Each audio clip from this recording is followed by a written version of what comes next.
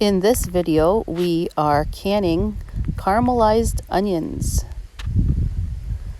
We need a pressure canner for this since onions are a low acid food.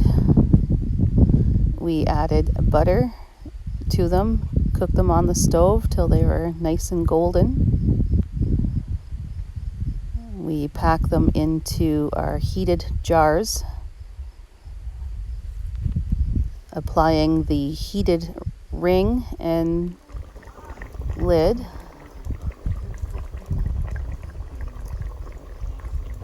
And pressure can them at 11 pounds for about 40 minutes. These will be delicious in mashed potatoes, to make soup with, add them into stew, or just strain the liquid out and fry them up to put on your steak.